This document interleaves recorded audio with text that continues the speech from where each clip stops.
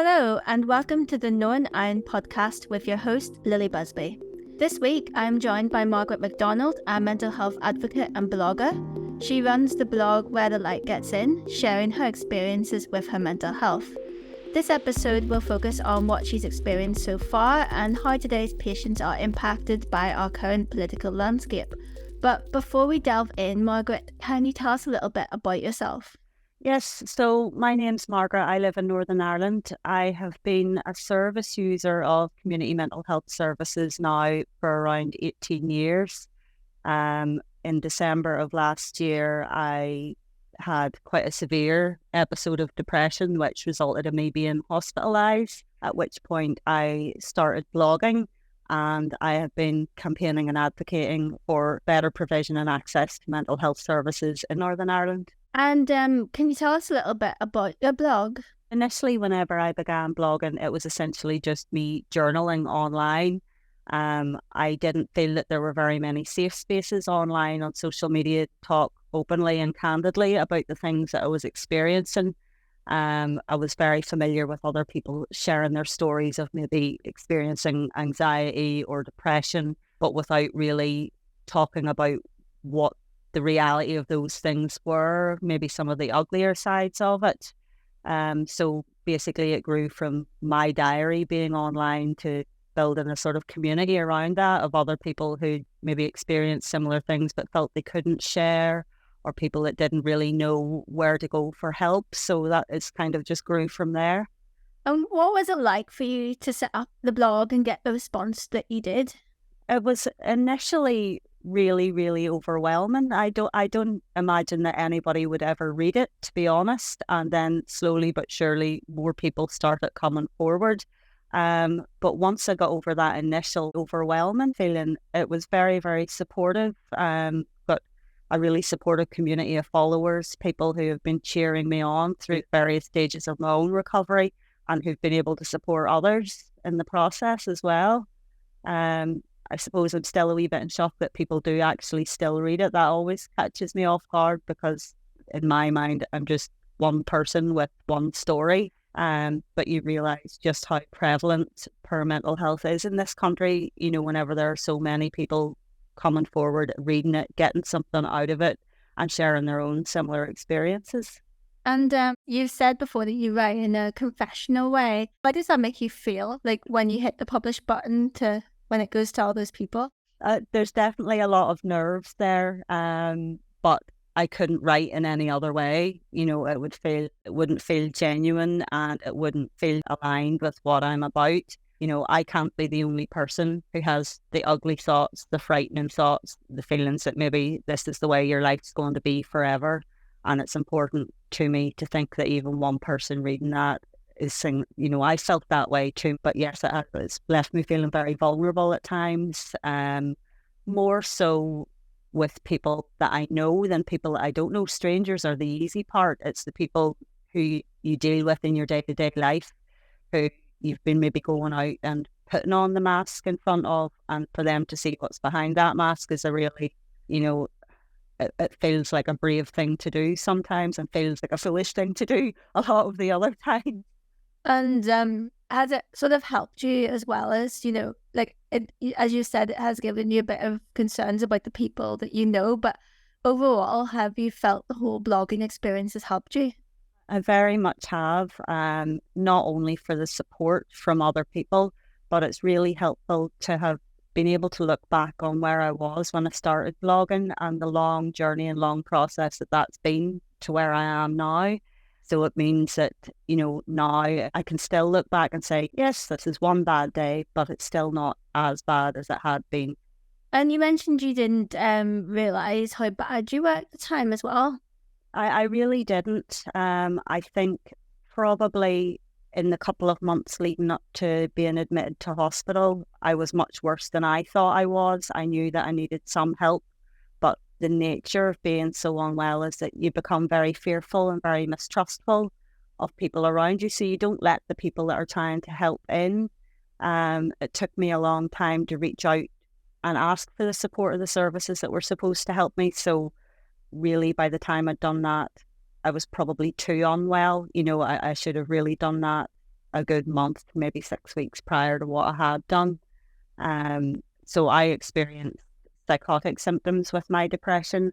I didn't realize just how baseless those psychotic thoughts were. I had an awful lot of thoughts that people in my life were writing about me online anonymously, things like that, that made me very fearful to speak out and ask for help because I couldn't trust people. I felt that I was being, almost attacked by the people in my own life, and I didn't realize just how disturbed that thought process was. To me, that was my reality at the time, and it was very hard then to speak out and say, can somebody help me with this, please? Because I didn't know that it wasn't real. And is there any advice you would give to people who are in that position now? I say 100% you need to speak to somebody that you trust. You need to challenge those thoughts, say those thoughts out loud, because chances are they're not realistic, and they are maybe a sign that things are a bit worse than you imagined they were, and you need intervention at that stage, whether that be professional or just from safe people in your own life. And I know you talked about, you spoke of Belfast Live in September about your experience with professionals and about, your experience with going to the hospital and all. Can you tell us a little bit more about that? Yeah, I suppose when I spoke to Belfast Live, I was very much coming from a point of being quite frustrated at the way the services in this country are run. So just to give a bit of backdrop to the admission process, for about a week and a half before I'd been admitted, I had been trying to access help and support. I knew things were really at crisis point. I couldn't get hold of anybody in the community mental health team. They were closed for the Christmas period. The out-of-hours GP essentially directed me to a website with breathing exercises, and was at the point where I was saying I was actively suicidal. I phoned for 3 to 4 days in a row and spoke to then community mental health when they opened up, and was told the same thing: ring back tomorrow, ring back tomorrow.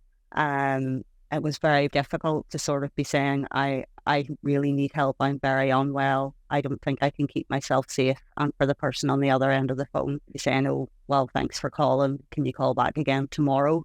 I credit my survival to the woman I spoke to on the very last day who said, I need to see you in person.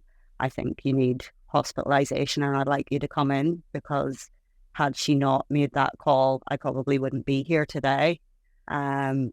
At the other end of that spectrum then was the discharge process. So on the day of my discharge that morning, I wasn't allowed to leave the hospital grounds unattended. I was still detained under the Mental Health Act. And that afternoon, I was sent home with absolutely no follow-up care or support. The resources just are not there. The services for that sort of follow-up support aren't there. And I wasn't well enough to come home, but I recognised that there was somebody more unwell than what I was who needed the bed. And that has to play a part in the decision making of, the ward managers, and I appreciate that. But I came home, and I suppose a lot of my behaviours were still very distressing to my family. I have young children in the house as well. My partner essentially became my unpaid carer, as well as having to sort of manage the household things. And he was frightened for me. I was frightened for myself. He was frightened for me. He didn't really know how to manage a lot of the things that I was experiencing, and we felt very, very unsupported. I was referred to a program that they call condition management, which is supposed to help people in that position. At the point of discharge, the waiting list for that program was 5 months. It turned out that it was actually 9 months down the line that I got a phone call from that particular service to offer me help, and we are far from the only family in that position. There's a threshold, I suppose, for the level of intervention you need from services. So we as a family were able to meet our children's needs. They were safe, they had a loving home. So you don't get any intervention from social services. They say, there's no risk to the children there. But there is a level of support that you need that just isn't out there, and Northern Ireland is really markedly quite poor in being able to provide those services to families, and the threshold for needing the help is so high that people like ourselves don't meet that threshold because we're deemed to be coping. We own our own home, we both have jobs, we don't have addiction issues, the children are attending school. all those things that they see as being markers of your functioning level. If you're functioning on those levels, then there's nobody. You may as well live in a ghost town. That's the reality in Northern Ireland. So you also mentioned being on a waiting list. Are you still on that waiting list? So I had my very first phone call appointment with them only a couple of weeks ago there. So bearing in mind I was discharged in March, and then I was set up on a Zoom meeting, which was essentially somebody from the Northern Trust reading a list of PowerPoint slides about anxiety. Now, I suppose from my point of view, I didn't find that particularly beneficial because I could have made those PowerPoint slides myself. That is how rudimentary the knowledge was there. There was nothing for any of us who were present on that Zoom meeting that was, a therapeutic intervention, anything that was going to sort of help us move on from where we are in our own stage of recovery. So it's been quite frustrating because it felt like, I've been waiting 8 or 9 months for a service that doesn't seem to fit with my needs. And I don't know whether that is the only service that is available, but it's certainly the only one that has been offered to me at this stage. What do you think, the system needs to do? Do you think it's purely just the NHS system in itself, or do you think there's also, political issues surrounding that as well? I think there are very much political issues surrounding it. We have the highest rates of suicide of anywhere in the UK. We have 21% of people living in Northern Ireland struggle with their mental health.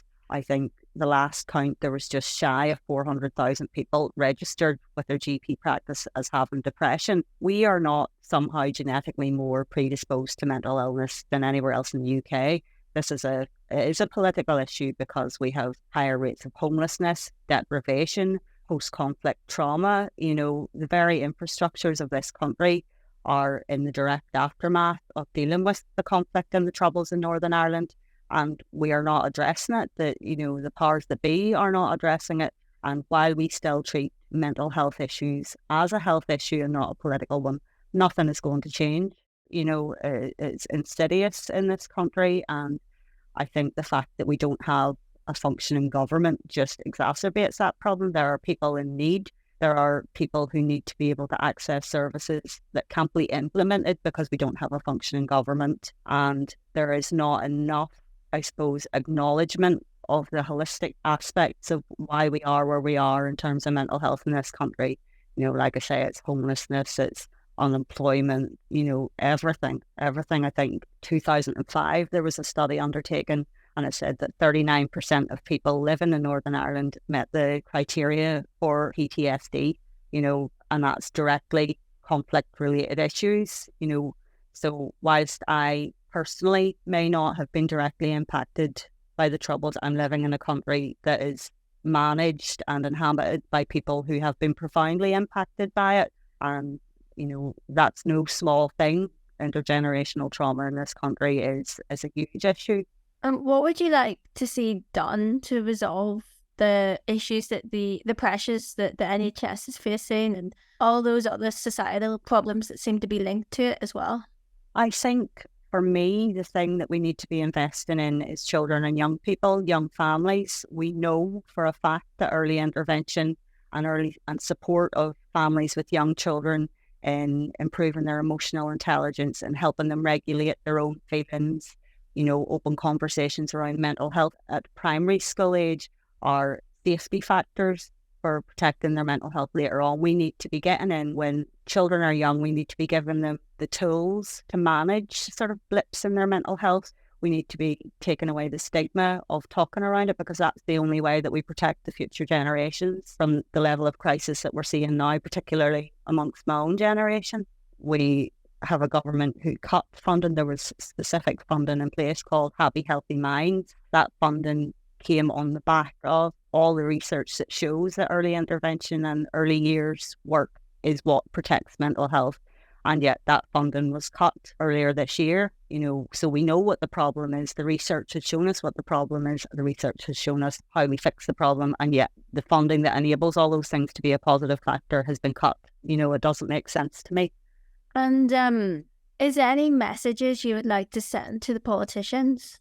I think primarily listen to the service users, listen to the people who are being impacted by the problems that you're trying to solve. Because when there's a degree of separation between the people who make the decisions and the people who are actually living with these issues as part of their daily lives, then nothing moves forward. We need to be listening to the people who aren't able to access the services or who are in the middle of, accessing inadequate services.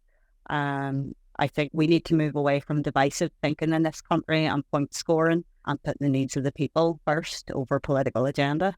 And just to the listeners here, is there anything you'd like to say to them, like as a takeaway from this episode? As a takeaway, I think first and foremost, if you are struggling with your mental health or there are things coming up for you that you are struggling with, do not feel shame in coming forward about it. There are so many people in this country who are experiencing similar issues, and the earlier you can get the help, the better. Well, thank you so much for coming on to the episode. Till next time, stay tuned and we'll talk later.